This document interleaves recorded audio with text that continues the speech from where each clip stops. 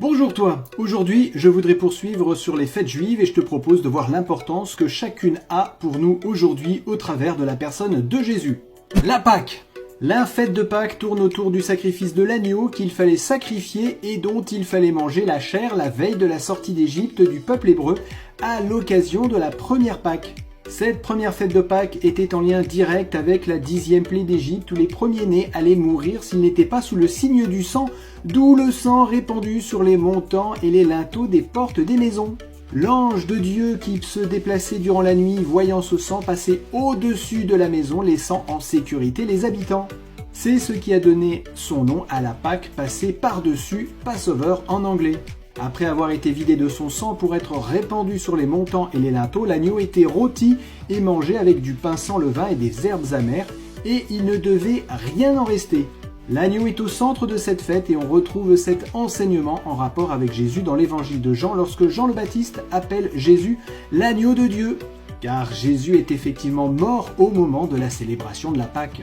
Comme l'agneau pascal dont les os ne devaient pas être brisés, Jésus n'eut aucun os cassé. Le sacrifice de Jésus fut une souffrance énorme et pas seulement physiquement, car c'était une souffrance qui nous offre la libération, le salut et la paix.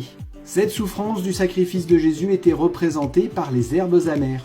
Car Jésus est venu porter les péchés de chaque humain et particulièrement des personnes qui l'accepteront comme leur sauveur.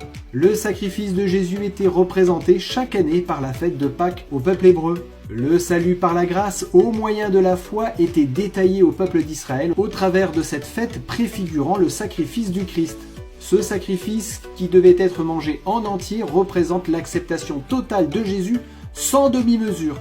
Pas d'entre-deux où on accepte ce qu'il nous offre ou pas, mais on ne peut pas le prendre en partie. Pour suivre Jésus, il faut tout abandonner, comme il le demanda à ses disciples. C'est un engagement total de tous les instants, on ne peut pas en prendre une partie et laisser le reste.